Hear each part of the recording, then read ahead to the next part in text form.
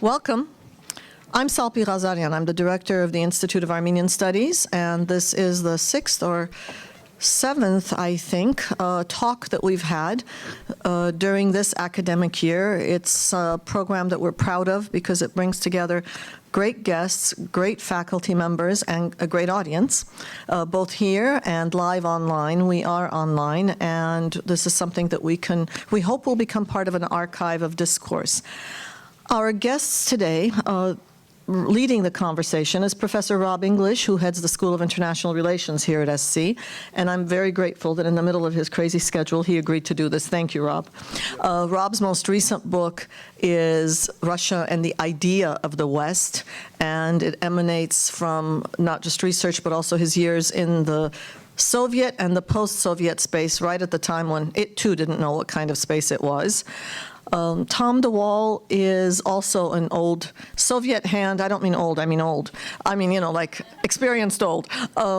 Tom's books include an introduction to the Caucasus, not an easy region to try to understand, as well as a book called Black Garden, which is Karabakh, literally translated. It's a history both of the region as well as the conflict. And his most recent book, which I had in my hand and I was going to hold up. Tom, you have one to hold up? There it is. It's called Great Catastrophe. Great Catastrophe, Armenians and Turks in the Shadow of Genocide. And it is probably no surprise to most of you, thank you. It is probably no surprise to most of you that this is the year when genocide, its history, its implications, its consequences, its continuing impact is a topic of discussion all over the world, including here at the University of Southern California.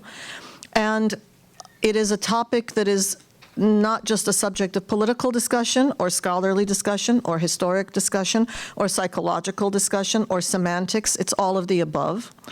And what I think Tom has managed to do in this book is something really difficult, and that is to at least articulate all of the questions surrounding both the use of the term as well as the actual events themselves and the 100 years that followed. That's why we called this talk, What Happens After Genocide? What happens when the government that committed genocide is no longer in power, the new government begins to kind of sort of recognize it, and then for domestic as well as other reasons decides, no, it never really did happen. And the rest of us, the survivors, have to deal with all of the consequences. What happens to the relationships between those people, and what does that do to politics in the region? And you have a whole 45 minutes, gentlemen, to answer all of those questions and a few more. Thank you all for being here. Thank you. Thank you. I'm going to start us off. Microphone, please. It should be on. Is it on? Yes. I'm going to start us off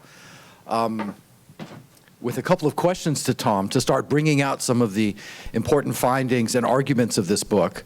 But I want to say at the outset a few words about this excellent book. I really want to plug it. For me, and of course I read a lot of original sources in my research, whether into distant events or what's unfolding today in Ukraine. I read a lot of academic articles, secondary works, journalism, eyewitness accounts.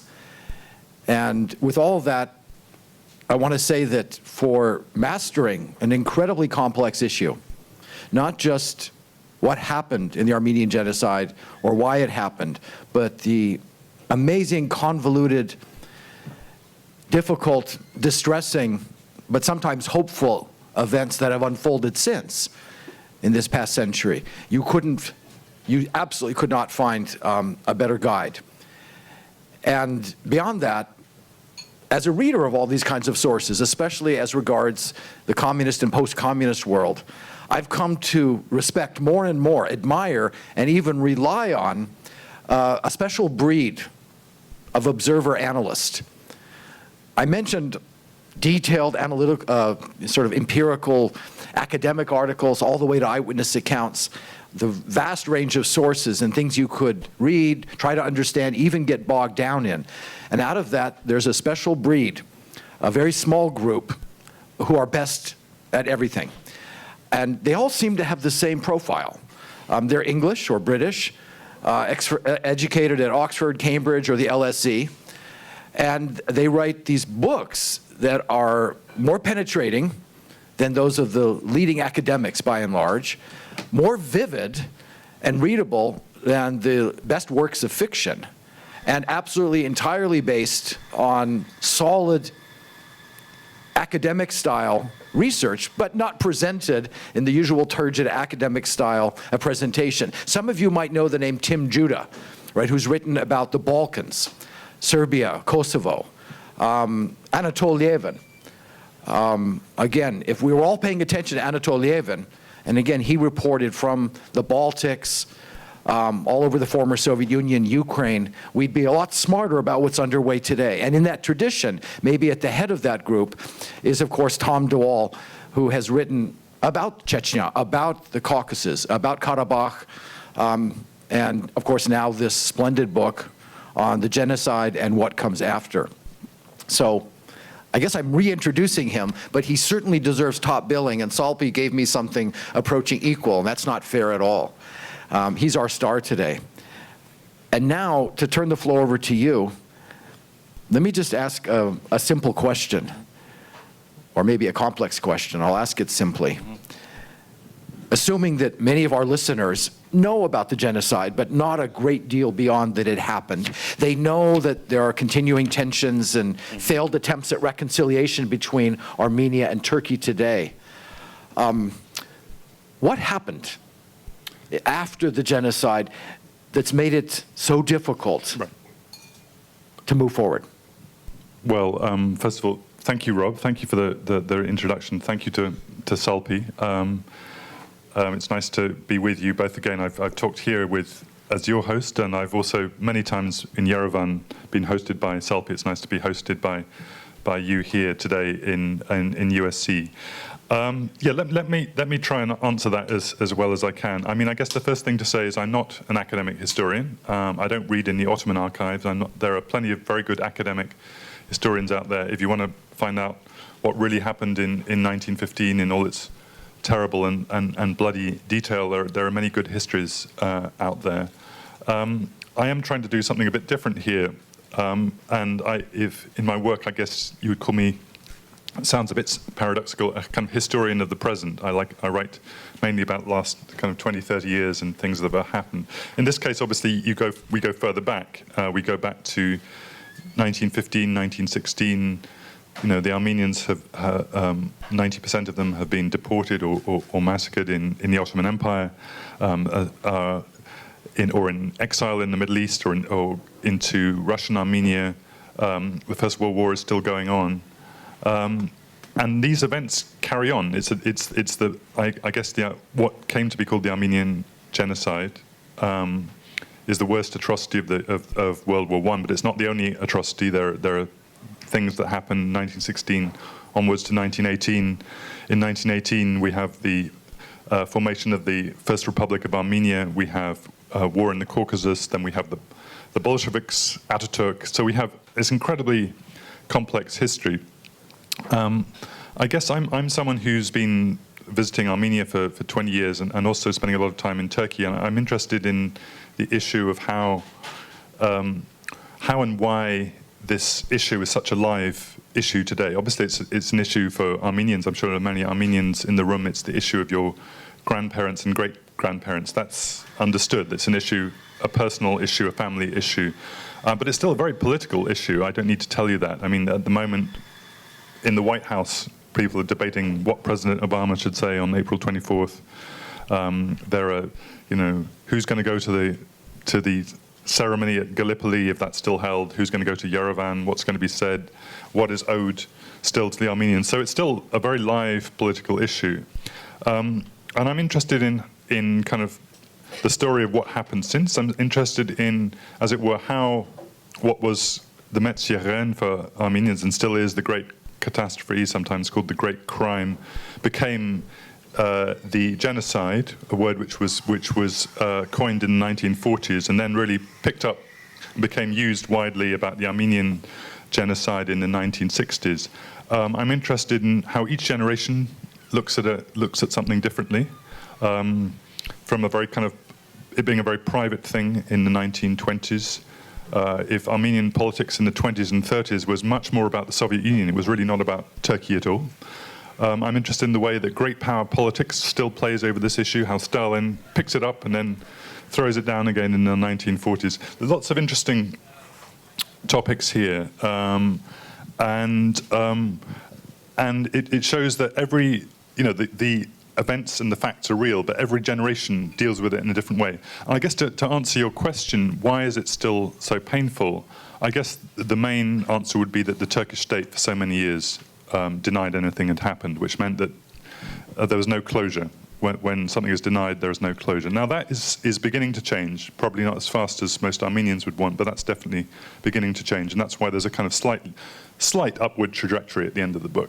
Before we talk more about recent developments and maybe promising changes, let's just skip over the immediate post-genocide years, because they're too complicated with Bolsheviks, with the establishment from the Ottoman, Young Turks, the new Turkish Republic, changing borders, multiple groups in both camps, right? The different Armenian interests. And let's just jump ahead to the immediate post-World War II years, because one thing that will surprise many readers is that the Turkish state is one of the first signatories to the new Genocide Convention, and that some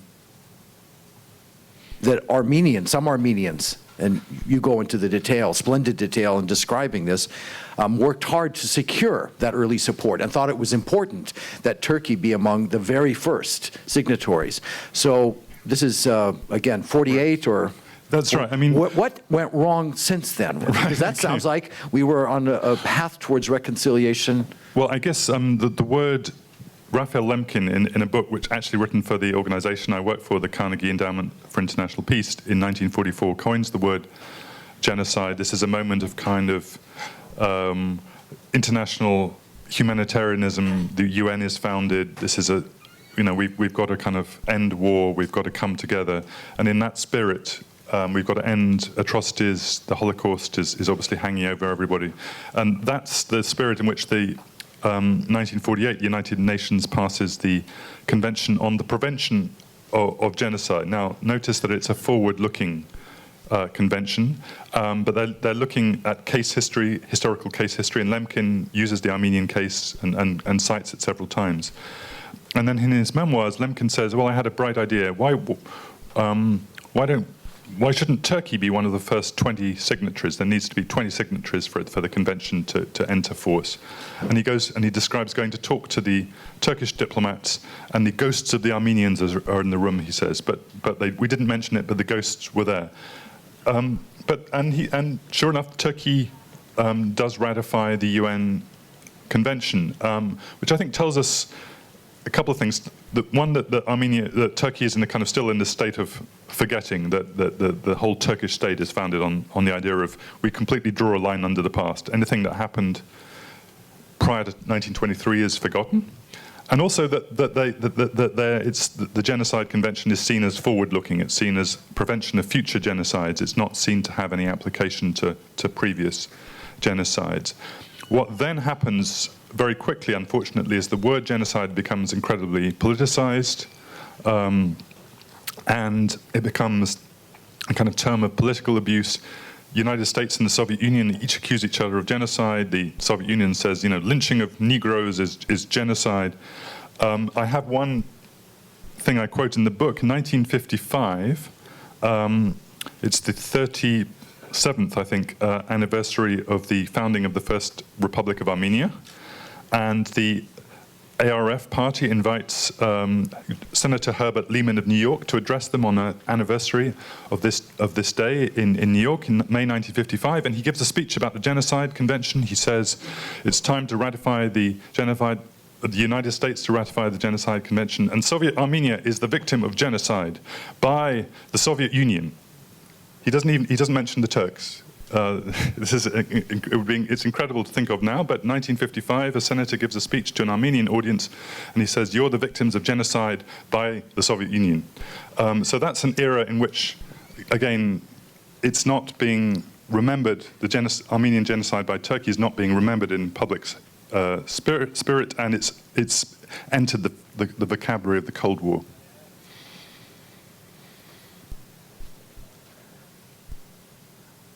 Could you, and this is sort of shifting gears, but it will cycle back to what you've raised there. Could you say a little bit about the complexity of different Armenian communities or segments of the diaspora? You mentioned the ARF, the Dashnak Party.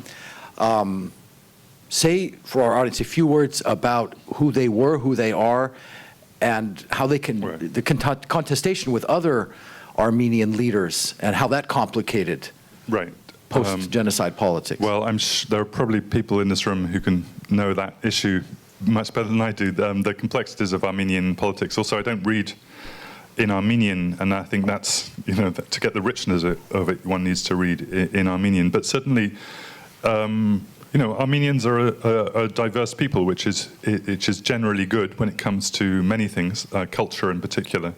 But politics, I think they used to say about Greeks, when there are two Greeks in the room, there are three political parties. Well, sometimes it feels the same with Armenians. And there are these very strong divisions which go back to, in many places, to 1918, to before, between the Dashnak Sutun party and the other parties, between the Russian Armenians, quote unquote, and the Ottoman Armenians, very different perspectives. And we see those perspectives today. I mean, the very Republic of Armenia, really, obviously, number one issue is obviously economic and political survival of the state of Armenia, Republic of Armenia. Number two issue is the Karabakh issue. Turkey is not a day-to-day issue in the genocide in that way. But clearly, if you're, for the diaspora, whose grandparents and great-grandparents were the ones who were deported or massacred in 1915, it's an identity issue. It's very important, and while there's no acknowledgement of it, that becomes the main political issue. And then you have these big divisions throughout the 20th century about the Soviet Union. Many of you know the story about how in 1933 the Bishop of New York was assassinated in his church by four assassins who apparently came from the Dashnak party. So big divisions, and I sometimes laugh when people talk about, so what does the Armenian diaspora think? Well, that you could get 1,000 answers to that question, and probably a good thing too. Again, a simple question. I'll pose it simply, and you can tease out the complexities. But for many reasonably well-informed lay people, they immediately think of, or they compare Armenia and the Armenian genocide to the Holocaust and Jews. And they think, does Armenia, Soviet Armenia, now independent, represent the same thing that Israel does for Jews and survivors of the Holocaust? And looking a little more closely, they see that it's even more complicated.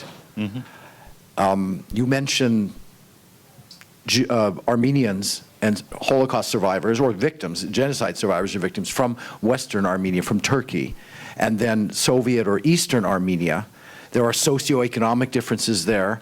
When we mentioned the Dashnak party, there are political differences. This is a party, at least in its founding, that was committed to socialism. So I guess my question is, give us a little miniature lecture, but talk us through the key differences between, let's say, Jews and their understanding of the Holocaust and their homeland in Israel, and Armenians, their genocide, and what Soviet and now independent Armenia represents. It seems to me it's a lot more complicated.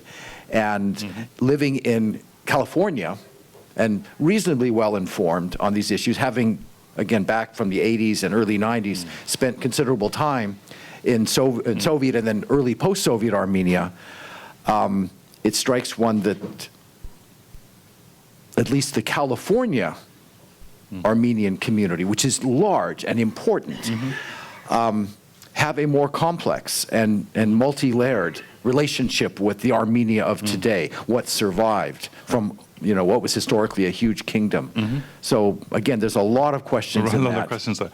Well, I guess, again, it comes down to the question of homeland. I mean, we should really be asking some of the Armenians in the room that question, what do you regard as your homeland? And clearly, territorially 2/3 of the kind of Armenian homeland was in the Ottoman Empire, and that was what was destroyed in 1915, 1916. And many of those people don't, just for obvious reasons, don't feel the same attachment to the Republic of Armenia, because that was never the territory that they associated with themselves and their families. So it's you know, where is home? I guess that a Jew is encouraged. You know, Israel is much more of a constructed territory, and in which every Jew is made, you know, automatically a citizen. So that much clearer boundaries, much clearer sense of identity there. Where is Armenia? There's a much harder question to answer. Just to move things on a bit, what's fascinating about spending time in Turkey over the last few years is how, since 2002, when the AKP government came to power, Turkey has begun to open up to its past. You know, not fully, not rather awkwardly, but space has opened up in which Turkish intellectuals, Turkish historians, some politicians are talking about the past, and that's enabled. And this is what I found really, really interesting going to this book, going to the Kurdish areas in particular of southeastern Turkey. Kurds, they're saying, you know, this is an Armenian homeland too, that narrative has not been forgotten.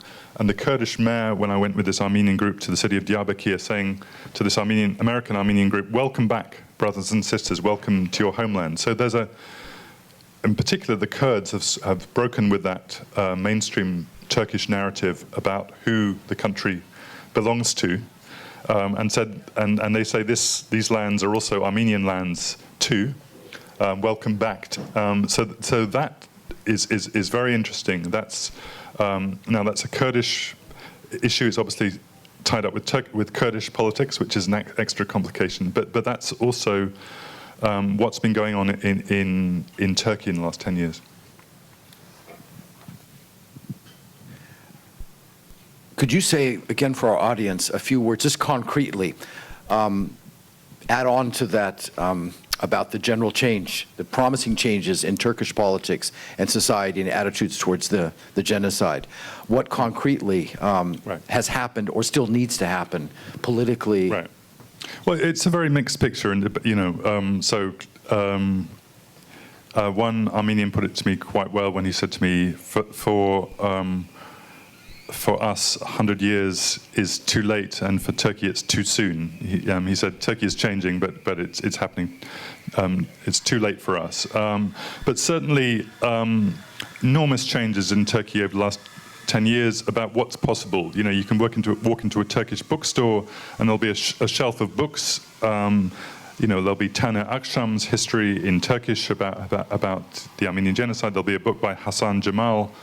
It actually uses the word Ermeni soykırım about Armenian genocide in Turkish. Hasan Cemal being the grandson of Cemal Pasha, one of the 3 young Turk leaders. Salpi and I were both at an academic conference at the University of Ankara a few months ago, which was this old, secular, very kind of statist institution. Lots of Armenians there, very normal conversation. So that it's possible to have very kind of sophisticated dialogue in Turkey. That space has opened up. The government is still kind of very wishy-washy. They've kind of stopped the worst propaganda. They're no longer producing these officially sponsored books, which were pretty awful in the past. But they haven't really kind of decided to take a view on what's happening. And let me just interrupt. These books were awful because they weren't historical. They were propaganda, and they denied the genocide. Yeah, I mean, it was or in many cases blamed killings on the Armenians themselves, and then pointed to their own victims. That's right. And this actually, there was this wave of Armenian terrorism from the mid-1970s targeting Turkish diplomats, and this sponsored in a kind of counter-propaganda wave. Suddenly a stream of books were publishing saying the Armenians have always been traitors and the terrorism proves it. Actually worse, interestingly, in the 70s and 80s than it even was back in the 20s, when people kind of knew what had happened. They weren't going to deny it so much. So that's changed. Now, you know, a few churches have opened. Armenians are much more welcome to visit in Turkey. Is it all the way there? By no means. It's really only the beginning of the process. But it's definitely, you know, Turkey is opening up. And it's not just about the Armenian issue. I think very important to bear the Kurds in mind. I think the Kurds are the kind of wedge issue here. The Kurds have kind of broken the idea that this is a Turkish state for Turks, and the other minorities who's from the past are kind of on their coattails as the Kurds break that narrative. Well, let's continue this line concretely. In 2010, and forgive me if I have some of the diplomatic particulars wrong, but in 2010, Armenia and Turkey, at some high level, signed a protocol for steps towards reconciliation that would allow normalization, and this would allow the border, which is blockaded between them. People should understand that present-day Armenia, even though it's now independent of the Soviet Union, remains in a dire economic condition and very heavily dependent on Russia, because normal trade relations, which ought to flourish given geography and resources, are blocked. So part of what was envisioned in this Protocol 2010 was fairly swift movement towards opening borders to traffic, to large-scale trade, and the hopes that from there, the political process too, and all other kinds of reconciliation would go forward. But what happened to that protocol? Very crudely, I understand that nationalists or hardliners on both sides, the Armenian side and the Turkish side, essentially blocked or scuttled it. So we took a step back. Was this one step back, but two steps forward are in the near future, or more problematic? Right. Yeah, that's a long and interesting story. And I, for the book, I interviewed, I hope, most of the main people who were associated with it. So I hope I tell that story in the book. So yeah, the Republic of Armenia is formed at the end of the Soviet Union in 1991. Turkey recognizes it, but does not open diplomatic relations. The first government of newly independent Armenia, of Levente Petrosyan, offers to normalize relations with Turkey without preconditions, doesn't raise the genocide issue, says that's an issue, it's not an issue of contemporary politics for us, let's just normalize relations. And basically, the Turkish government's kind of missed the opportunity there. It's a period of changing coalition, rather weak governments in Turkey. And it's also a time of the escalating Karabakh conflict, where the Azerbaijanis have strong solidarity with Turkey and vice versa. And so that moment is kind of missed. April 93, the Karabakh war expands, and Turkey closes the border. And then I think most of the Turks I spoke to on this issue agreed that that was actually a mistake. But then Turkey's kind of how to get out of it. They've tied themselves to Azerbaijan on the Karabakh issue. These are our Turkic brothers. Closing the border didn't actually do anything. It actually hardened the Armenian position on Karabakh. It just drove Armenia more strongly into the arms of Russia. So there were attempts, 2007, 2008, 2009, to get around this, to normalize relations. There's also the genocide issue on the side, so it's incredibly complicated. Azerbaijan, so elements, strong elements in Armenia and strong elements in Turkey want to fix this, open the border, which would I think be really transformative for Armenia. It would open up Armenia to the west. It would be quite an economic challenge in the short term, but I think very good in the longer term. It would weaken the Russian influence. And it was also kind of raise the siege mentality in Armenia. So it would be a very good thing. But there are too many spoilers in this process, of which Azerbaijan was the chief spoiler. So the protocols signed in 2009, but then in 2010, the spoilers really have their say, and they're never ratified. And only last week, President Sarkisyan, I think for completely other reasons, mainly due to domestic political reasons in Armenia, withdraws the protocols from the Armenian parliament. But it's a very long and tangled story without, unfortunately, a happy ending. Not yet, at least. No. And maybe not in the very near future. But to try to understand both Armenian attitudes as well as Turkish, elaborate there as well. In the immediate aftermath of the signing of the protocol in 2010, 11, 12, this may be putting it too simply, but it appeared that Armenian opinion was divided, deeply divided. And as some have put it, and I think you reflect some of that opinion yourself in the book, the Armenians in Armenia today, the independent Republic of Armenia, are concerned in the first instance about Karabakh, this unresolved and conflict. surviving as a state in general, yeah. But that diaspora Armenians, who still have enormous influence, understandably, and enormous numbers, are concerned in the first place about genocide. So one looks to the conflict with Azerbaijan of today, still unresolved, over Karabakh. The other looks to Turkey and the unresolved reconciliation and recognition of the genocide. Is that a little too simply put? But in addition, what do you know of Turkish politics and different groups on their side that similarly put up these roadblocks? Well, I think there were, if you look at the Turkish side, I think there were three reasons that they wanted to press ahead. They clearly, obviously, they wanted they wanted to resolve the issue of all these genocide resolutions in foreign parliaments. They believe that if you normalize relations with Armenia, then you're going to start to have a dialogue on the genocide issue. They wanted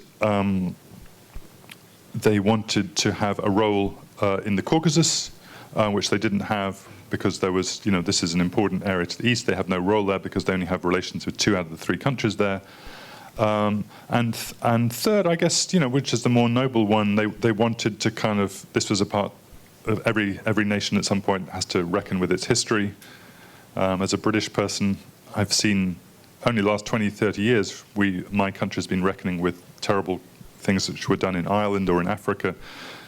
This country is still coming to terms with slavery, slaughter of the Native Americans. So, there was also that impulse there as well. So those 3 things combined and from amongst different people, I think, were kind of pushing it on the Turkish side. But then, there's always day-to-day politics. Azerbaijan's an important ally, supplier of gas, very powerful Azerbaijan lobby in Turkey. And that kind of, they were the brake. They were the biggest brake on this process. And I actually think that Azerbaijan would also have benefited from this in the longer term, maybe not in the short term, but in the longer term, I think this could have been a game changer for the Karabakh conflict. But let's dwell on that for a moment, and just very simply. Right. By the way, I guess we should pretty soon open up for some questions, but at least one more round of clarification for me as well as the audience. So some of you know very well what and where and how Karabakh is. Others probably have a vague understanding. Inasmuch as though this has emerged, in your answer to my question about roadblocks to further reconciliation, remind us where things stand. Karabakh is a region that was under Azerbaijani control in the Soviet days, but had a strong majority Armenian population, and of course contested back in history. Right. And then late in the Soviet Union, in the late 1980s, and then into the early 90s, killings, massacres, reprisals spiraled into full-scale war, and newly independent Armenia was essentially victorious by and large. And Karabakh, once Azerbaijani and still by many recognized as legally Azerbaijani territory, is under the control of the Armenians and is not formally part of Armenia, but in effect. And a lot of refugees, a lot of killing. Azerbaijan wants that territory back. It's one of the frozen conflicts we hear about. Not very frozen, yeah. And there's not very frozen. Tell us about the Minsk process that was supposed to negotiate this, why it's not so frozen. Right. If this is the key obstacle, what are the prospects of Karabakh? Well, I mean, dealing with Armenian and Turkish issues is pretty easy compared to Armenia, Azerbaijan. I mean, Armenians go to Turkey, Turks go to Armenia. They don't agree. They shout at each other, but it's not a hot conflict. And basically, Armenia, Azerbaijan, unfortunately, is a hot conflict. The ceasefire was signed in 1994. There's a ceasefire line runs across the Caucasus with 2 armies on either side of it. No peacekeeping forces there. And the last year was the worst year on that line for 20 years. I think 72 soldiers were killed in various incidents across the line. January was also a terrible month. The big difference is that Azerbaijan, the losing side in the conflict of the 90s, has become incredibly wealthy and very confident internationally, and is therefore putting much more pressure in all ways that it can on the Armenian side. You might argue counterproductively, but that's the way they're doing it. It's built up its military 10 to 1 exactly. or more. Well, yeah, exactly. So a powerful military now. Some people would argue this is more a threat than a reality, the Azerbaijani military, but if you're on the front line in Karabakh, it is pretty menacing. And it's just, because it's not a #1 international priority, because it's a kind of, the Russians are in there, the Europeans, the Americans, but no one's, as it were, treating this as a #1 international priority. It's very much Armenia and Azerbaijan that set the temperature, which set, choreograph what happens around this conflict, and there seems to be a mutual agreement that at the moment they're going to escalate, they're not going to de-escalate, and that's obviously dangerous. Well, then follow that out. The prospects are grim. Let me ask for your policy recommendation. Is this the United States should make or lead with Europeans an initiative? What could break what is apparently a deteriorating situation? What could break this momentum?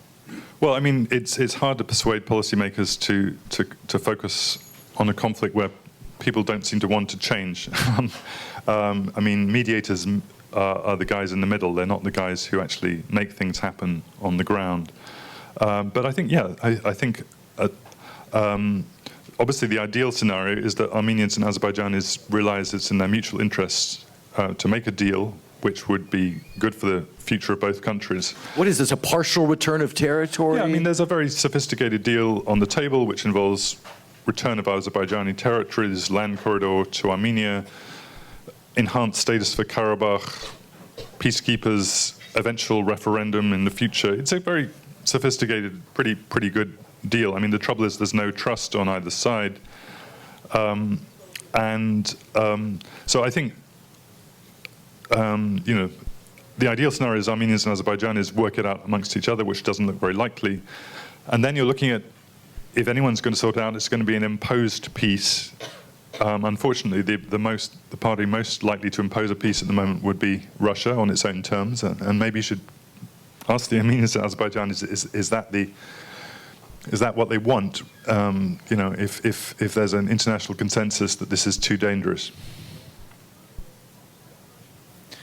I could keep going, but I think we formally conclude before too much longer, and there must be questions in the audience. Let me see if there are hands. And again, for Thomas de Waal, the author of multiple books on the Caucasus, on Armenia, and most recently, just I guess a month ago. You should be on TV, Rob. You're doing a very good job. Great Catastrophe. That's not what we anticipate in reviews or sales, by the way. Any hands, please? This woman here in the front. Hi, as you're familiar with the definition... Could you come up to the mic because it's being taped? It's hard to hear right there. Thank you. Yeah, other questioners too. We have a live mic here. Can you hear me now? Okay, great. So this is a law perspective that you might not be familiar with well, but the definition of genocide has the word intent in it. Right. So that's why the Turkish says there was no intent, and the Armenian said there is intent. And ICJ, the International Criminal Court of Justice, just declared in Serbia versus Croatia case in 4th of February that on both sides there wasn't a genocide because specific intent to destroy, which characterizes genocide, is not found in this issue. So how do you think this decision will have an effect on terming of genocides in the Armenian issue? Right. Yeah. I mean, the word genocide was coined by Lemkin, and there's the United Nations definition, and it's a problematic word in the sense that the United Nations definition is a bit vague. Lemkin's definition is a bit different. I mean, I think most people who've studied this issue conclude that what happens fitted the category of genocide. One doesn't have to climb into the mind of Talat Pasha to realize that he wasn't sending Armenians to a holiday camp, that this was, and you just have multiple eyewitnesses of the time about the terrible massacres and so on. So I think, and Lemkin himself, used the word. So I think that there's pretty much consensus on that. My take on this is really, and I use the word Armenian genocide. I kind of also want to kind of study this has also had costs for Armenians, adopting, as it were, moving from this kind of idea of a great catastrophe to the genocide has had costs, because it's a very legalistic word, it's a very politicized word. It certainly describes what happened, but it's for many people who are not Armenians, it's become a barrier to understanding the kind of human and historical understanding. And certainly if for Armenian Turkish dialogue, because no one wants to admit to genocide. It's kind of if you admit to genocide, it's kind of tantamount to saying your family are Nazis, and even if it's true, it's something that people want to avoid, and therefore they rely on all those legalistic ambiguities. I think that's something I kind of puzzle over in the book. I don't think I come to any big conclusions. But I kind of wish that the phrase "great catastrophe" had maybe taken on the same usage as the word Shoah or the word Holocaust in the case of the Jews, a more kind of a bigger term which also conveys the human dimension rather than just the legal dimension of it. Other hands? You can even come up and be ready. Walking up is the equivalent of raising your hand and me recognizing you. So yeah, just a quick question. Early on, you mentioned how Armenians hadn't been granted closure. Even if 100 years later they were granted closure, do you think it would be possible for them to feel that they have that closure, or would it be more of like a sense of justice or something that is now finally what they have deserved over this whole course? Sure.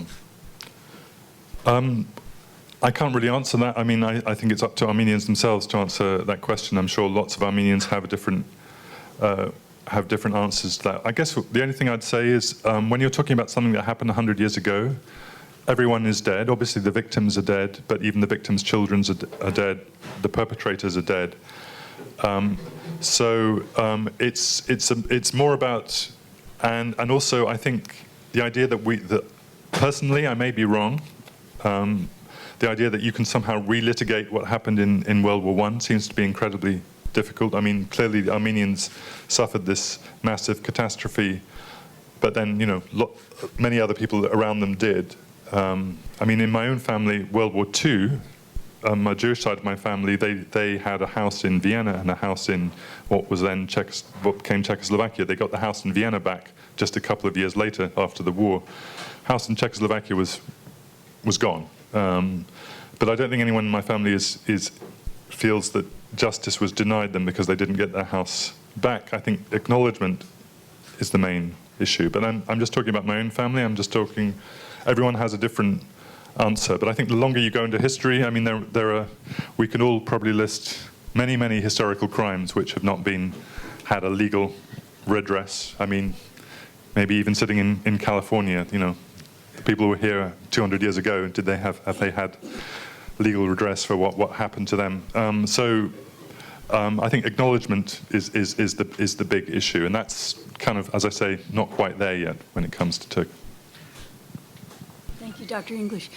I think the intent, and to go back to some of the other issues, is that the plan was to annihilate the Armenian people. There was a plan. There was a plan to have one left in a museum, the head of an Armenian. And I think that is the issue, to annihilate the Armenian people. And I think that needs to be real clear in all of our minds when we talk about the Armenian genocide. Right. Thank you. I think I would kind of mostly agree with you, but there are some, when one studies the history, you find there are some twists, little twists in this tale, which are important. There were quotas that went out that only 5 or 10% of Armenians would be left in a province, which wasn't complete annihilation. It's pretty total, but not complete.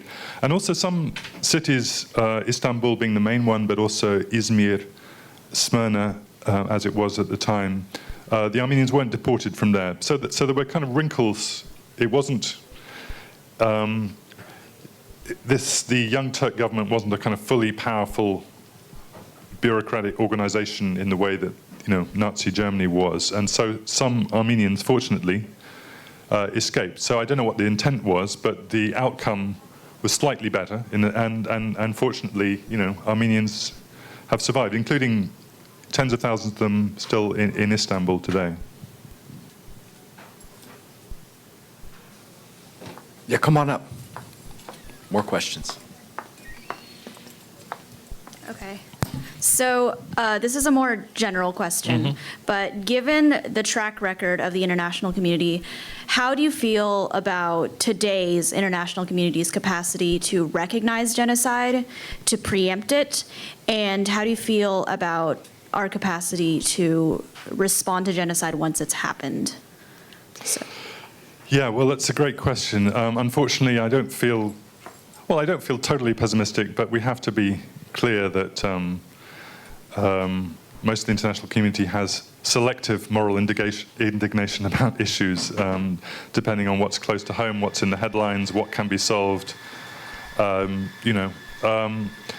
And again, I think there are again unintended consequences of the genocide word here, which people didn't think about. If you look at Rwanda in 1994, for example,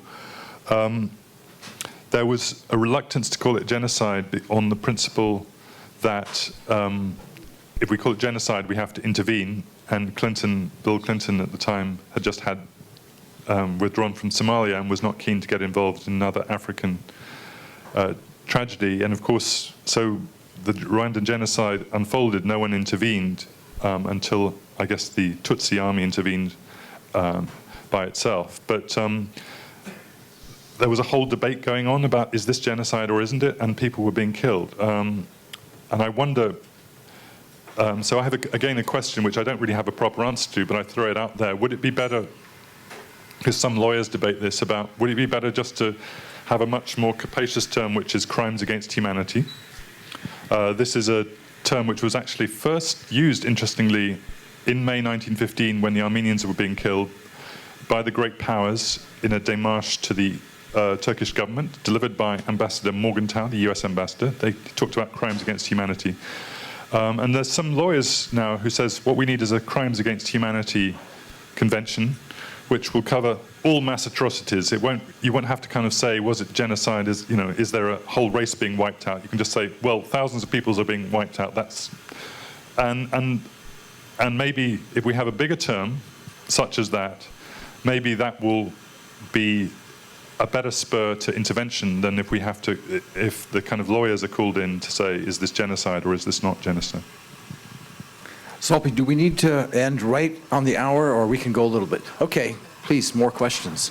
My question is dealing more with Turkish state-society relations. So in going back to your comment about the space being open up to reckon with the past, I was wondering, to what degree do you think was this space created from bottom up in terms of popular narratives, discourse among the people, and was this picked up by political elites, and then, or was it initiated kind of top down? That's a great question. Where's this change coming from? I guess I don't have a full answer to that. There's a kind of maturation, you might say, in Turkish society that people, they stop believing in what their parents told them. One Turkish person I interviewed, an anthropologist, she said she likened her generation to the generation in Germany in the 60s, which suddenly challenged the existing order. And she said, I read about the Armenians, and then I converted my friends. I converted my mother. My mother was a kind of arch-Kemalist till I talked to her, and then I told her what had happened. So there's that. There's those kind of intellectuals. The Kurds, I think, a key one. And also, just a little space opens up, and then all sorts of people come out. This photograph I put on the front of the book was from a personal encounter I had. I'll try and tell you as quickly as possible. I was on this trip with a group of Armenians in Turkey, about 6 of us. And they came from the town of Marash, and I accompanied them to Marash. And one of them had studied her family history so well that she knew her way around. She knew that this eye doctor had sheltered her grandfather when he was a child. Her grandfather had gone every day to the prison to give food to his father. And so we found the house of this eye doctor. We banged on the gate. There was no one there. Okay, but we found the house. And then suddenly these women opposite, they call out to us, they invite us in. And they pull out this picture, which is a picture of 11 people, a family, and the lady, old lady on the right, was the kind of grandmother of the family, and they said that was Veronica, and she was Armenian. And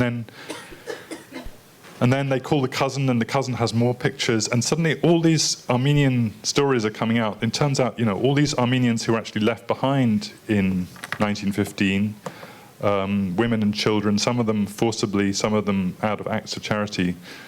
That part of the world, everyone knows who their ancestors are. And so everyone's suddenly talking about their Armenian grandmother, and it's okay suddenly now to talk about that. And this is the story of this picture. So that's happening. People, when the circumstances are right, people suddenly remember the past that they know and are allowed to tell it. The same thing happened in the Soviet Union. I was there in Russia in the 1990s. All these stories coming out, which from 2 generations back, suddenly everyone telling the stories they'd not been allowed to tell. So that's happening. And I think that raises lots of interesting questions. There are some people there I met in Diyarbakir who basically said, I'm Armenian, but they didn't speak Armenian, they didn't have Armenian names. But they felt conscious of an identity there. So who are these people? And I think sort of anything that can encourage those people to be part of a dialogue, part of a process is obviously really good. Another question. Come on up. Okay, let's see. Hi. I have a question. So we kind of spoke over the complicated relationship between Turkey and Armenia, and recently there has been a third actor in this relationship, and that's Azerbaijan. Mm-hmm. Could you expand upon what role Azerbaijan can play in the future? Recently there has been a hindrance towards Azerbaijan has played a hindrance towards Turkey and Armenian reconciliation efforts. How can they play a more supportive role in the future? Yeah, well, I have spent a lot of time in Azerbaijan over the last 20 years, and unfortunately, it's not in a happy state at the moment. It's becoming much more authoritarian, more closed. Anti-Armenian rhetoric is probably increasing rather than decreasing.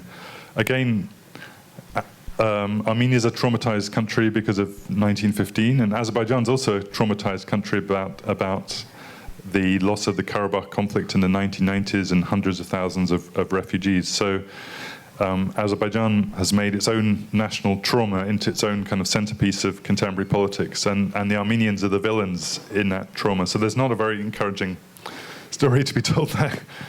I think that's an issue. Obviously we all believe, or I certainly believe, in bottom-up solutions in people-to-people contacts, but that's not going to work at the moment between Armenia and Azerbaijan. Some high politics are needed to fix that one. We probably shouldn't go on too much longer. And, oh yes, okay, one more. I'll have a concluding question, but please. It's really a comment of appreciation that you opened up a potential discussion on the depoliticization of genocide by raising crimes against humanity. And I just wanted to point out that even today, the ECCC, Extraordinary Chambers of the Cambodian Courts, are meeting, and that's what the Cambodian genocide has been about, bringing forward crimes against humanity, which the former Khmer Rouge leaders are being tried for now, having already been sentenced. So I just wanted to thank you for that. Thank you.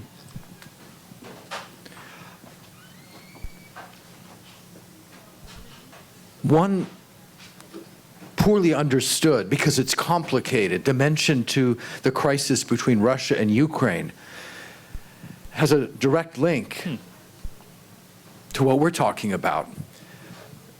Arguably, the Ukrainian people in the 1930s under Stalin, in its most horrific form, before and after as well, suffered something like a genocide. And this is the Holodomor, the death by hunger, that some of you might know, that Stalin's forced collectivization of the peasantry throughout the Soviet Union took a particularly brutal toll in the Soviet Republic of Ukraine, killed at least 5, many as 8 million people, and perhaps more. And they were not removed from their land was removed from them in a way, but it was horrific. Starvation, cannibalism even, on a wide scale, because it was so awful. And this was suppressed, right, for the next 50-odd years, post-war Soviet history. So although many Ukrainians had survived and spoke about it privately and had these kinds of memories, they couldn't speak openly, they couldn't discuss it, they couldn't analyze it and come to terms with it. Consequently, since Ukraine has gained its independence, although not consistently, their governments have gone back and forth and back and forth. But there has been an attempt to strengthen a Ukrainian identity, separate from Russian, and a centerpiece in that has been recovering the memory of this catastrophe, this great catastrophe, Holodomor, or even genocide, that they endured. Unfortunately, the pell-mell process of rediscovery often involves disparate voices and sometimes extremist ones.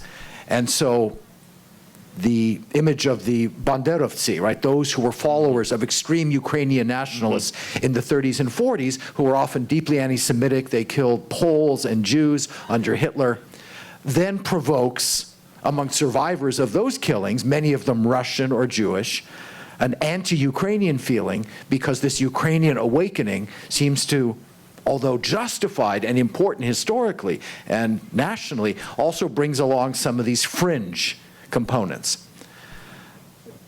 Over 300 kilometers east in the newly independent state of Kazakhstan, most people probably aren't aware, but that purely in terms of per capita suffering and dying, the Kazakh people at that exact same time, the 1930s, endured a Holocaust of their own. I mean, something like 35% of the population perished because, along with the imposition of collective farming upon a people who were pastoral, nomadic herders, came a destruction. They not only died in these insane attempts to suddenly build farms and grow crops where only in a semi-arid desert, but their way of life was destroyed because they were forced to settle. They were forced to shed their traditions and become, sort of traditional Russian-style farmers. It didn't work culturally, it didn't work agriculturally, and they died in enormous numbers. But Kazakhstan, of course, has remained a pretty autocratic state, and everything, including national policy, has pretty much been decided by the president for life, Nursultan Nazarbayev, who's been in power since 1986. So Kazakhstan, cognizant of its big Chinese neighbor, its Russian neighbor, its precarious position there in Central Asia, has pursued a very specific kind of national policy. They have gone back to Tamar Lane, the Great Silk Road, Central Asian glories of the past, but they have very much tiptoed around anything that might offend the Russians. So I'm just giving you a couple of other examples, and I don't mean by any means to cheapen the Armenian experience by saying here are some other genocides or Holocausts that were endured. Sure. Not at all. But I just raised these in closing to ask you to step back and look at the politics of memory and identity, right, and the conflict, I guess, this is what's running through all of what we're saying, what you're emphasizing, between the absolute necessity and historic justice of recognizing what happened, right? It's got to be done so that the record is straight historically. It's demanded by survivors. It's simply right, the ethical and moral thing to do. But then how that's handled in a nation's identity building can have repercussions that complicate moving forward and even lead to renewed conflict. Yeah, well, I mean, I think what we're talking about is, that there's a lot of history out there, a lot of which isn't being recorded well or written well, and how historians, good historians who have a human touch to them can tell that history and bring it back to the present and make it relevant. In the book, I cite the example of Timothy Snyder's book, Bloodlands, which many of you may know, which is about Eastern Europe between 1933 and 1945, between Hitler and Stalin. The area roughly starting in the east of Germany and ending in Russia. And he calls that the Bloodlands because that was where, by his reckoning, 19 million people were killed in those years, 1933 to 1945. And it's a total history. He's not saying privileging one ethnic group over another. Obviously, in the end, the ones who get killed in the largest numbers are the Jews, but he's putting it in a whole picture. And I guess it would be great if someone would, I think in the First World War, actually the Bloodlands were probably the area starting in eastern Turkey and going over to the Caucasus and northern Iran and northern Syria. And it would be great if we had a history that people could read about that whole area, in which, again, a bit like for the Jews would be in Bloodlands, that the Armenians would be the kind of a center of that story, but other people would also the terrible things that happened to the Assyrians, to the Kurds. There was a massive famine in Syria, I was told only the other day. 500,000 people died in Syria. I just didn't even know that. So if someone would tell that whole story, I think that would be incredibly helpful for that region as a whole. I guess we need to bring this to a close.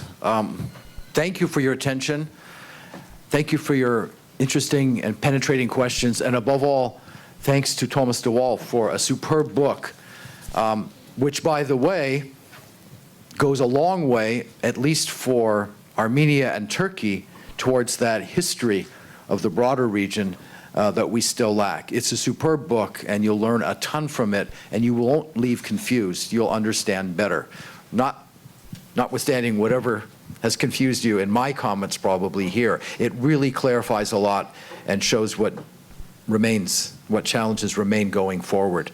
Thank you again, and thanks to all of you. Thank you. Tom's book is available at the SC Bookstore, and the SC Bookstore people have been kind enough to bring some copies here. If you'd like to purchase them, we've made sure the library has copies, so you've got access.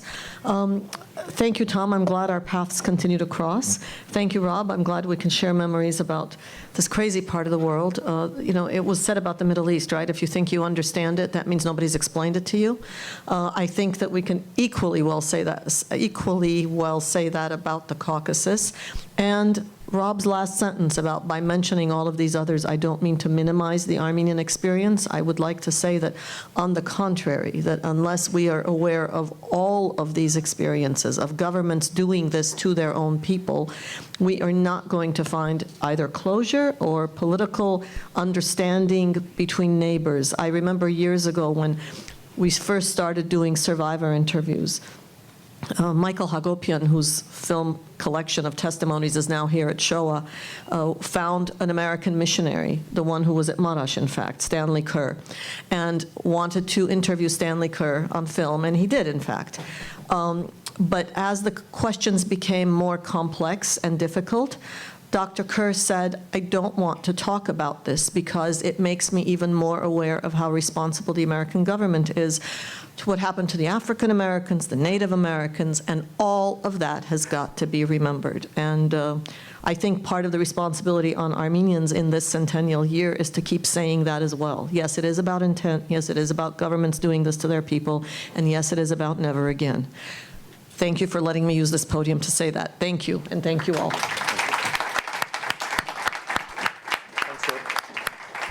Thank you.